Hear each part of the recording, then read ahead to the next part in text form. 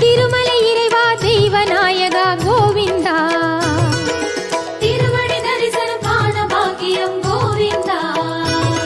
Arvind பாதனே நாகசயனனே வேதசாரனே Govinda. Harinarayana